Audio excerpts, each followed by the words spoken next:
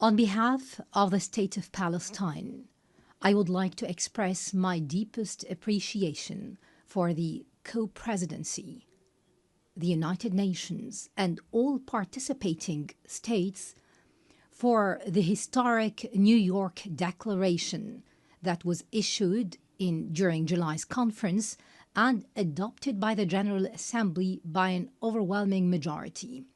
It marked the beginning of an irreversible path towards ending the humanitarian catastrophe and ending occupation pursuant to international legitimacy and the Arab Peace Initiative.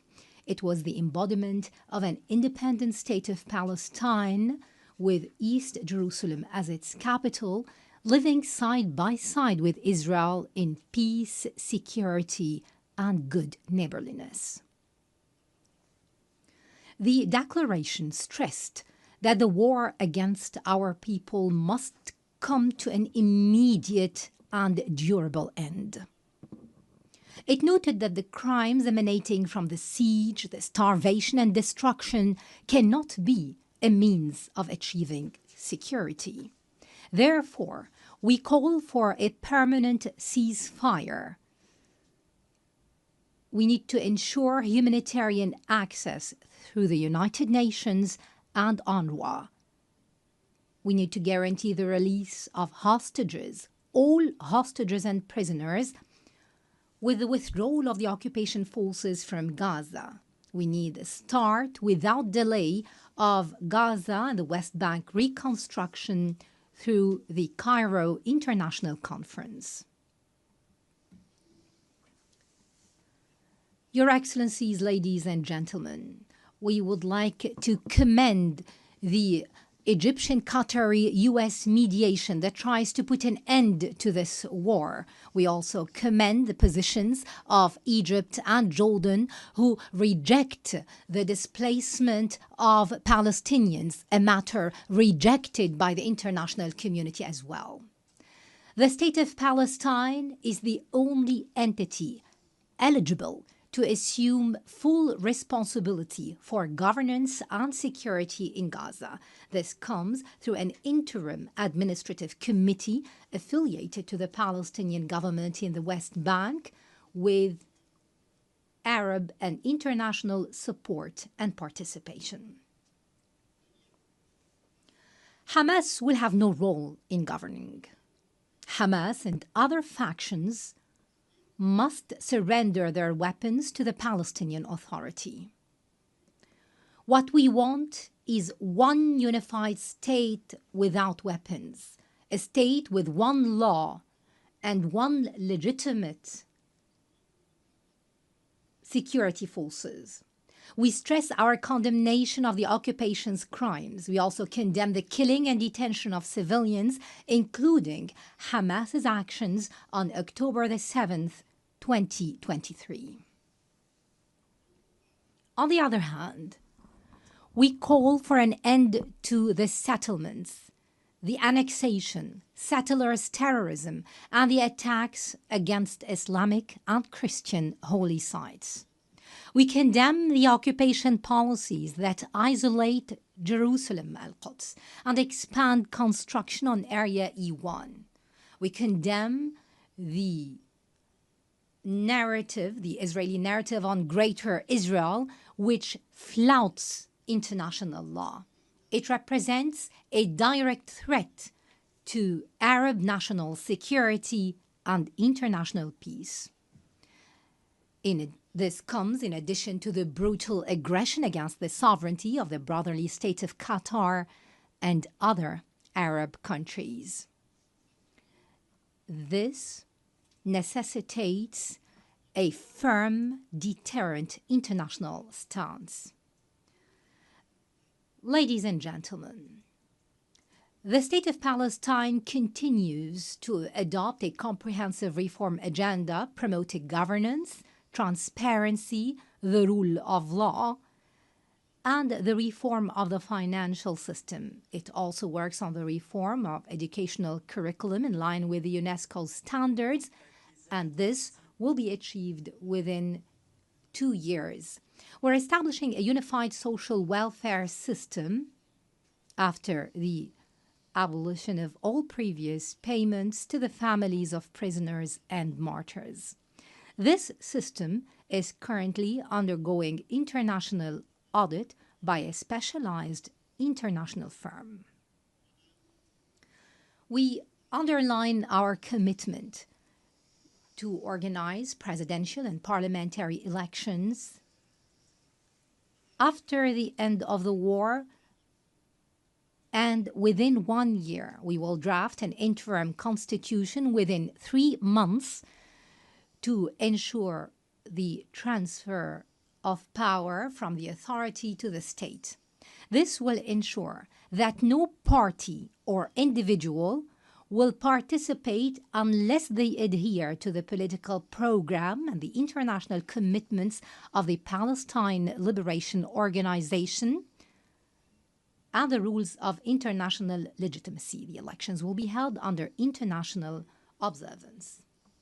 Ladies and gentlemen, we desire a modern democratic state based on the rule of law, pluralism, power sharing, equality, justice, and the empowerment of women and youth. We commend the positions of those countries that recognized the state of Palestine. We call on those who have not yet done so to follow suit. We call for your support so that Palestine become a full-fledged member of the United Nations. We have already recognized the right of Israel to existence in 1988 and in 1993, and we still recognize the State of Israel. In this vein, I would like to thank France, Britain, Canada, Australia, and Belgium, in addition to Portugal, Luxembourg, San Marino, and Andorra, and other countries that have been mentioned by His Excellency, the President of France. And we recall with appreciation all 149 countries who have already recognized the state of Palestine earlier. They have participated in our long struggle, the last of which was Spain, Ireland, Norway, Slovenia, and Armenia. We would also like to commend the important role of the presidency of this conference, the Kingdom of Saudi Arabia and France, as well as Britain, in galvanizing more international recognition. We'd also like to thank all participating countries in this conference for their important role, issuing the New York Declaration and taking irreversible steps to bring about durable peace based on the two-state solution and based on international legitimacy.